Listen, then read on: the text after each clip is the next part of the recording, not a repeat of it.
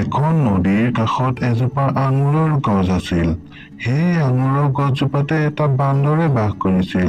বান্দৰটোৱে মিঠা মিঠা আঙুৰবোৰ খাইছিল আৰু গছজোপাত জঁপিয়াই ফুৰিছিল।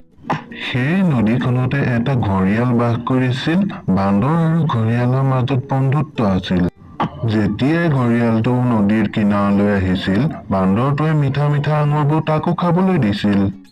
মিঠা আঙুৰবোৰ খাই ঘৰিয়ালটো আনন্দিত হৈছিল।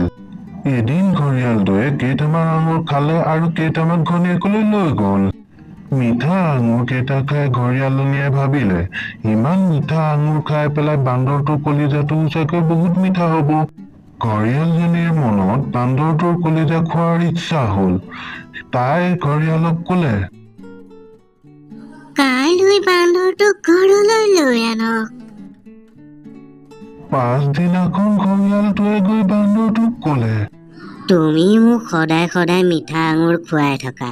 ময়ো তোমাক মোৰ ঘৰত নি কিবা মজা মজা বস্তু খুৱাব বিচাৰোঁ। তুমি মোৰ লগত ব'লা। বান্দৰটো গছৰ পৰা নামিলে আৰু ঘৰিয়ালৰ পিঠিত বহি ল'লে।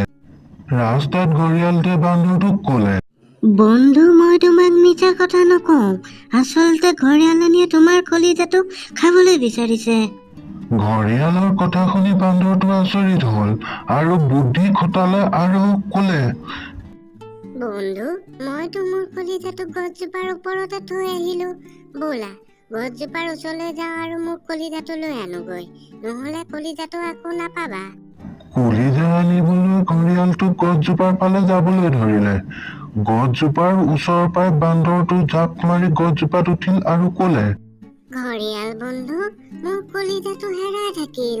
যেতিয়া বিচাৰি পাম তেতিয়া মই তোমাৰ লগত যাম আৰু মোৰ কলিজাটো তেতিয়া তুমি লৈ ল'বা।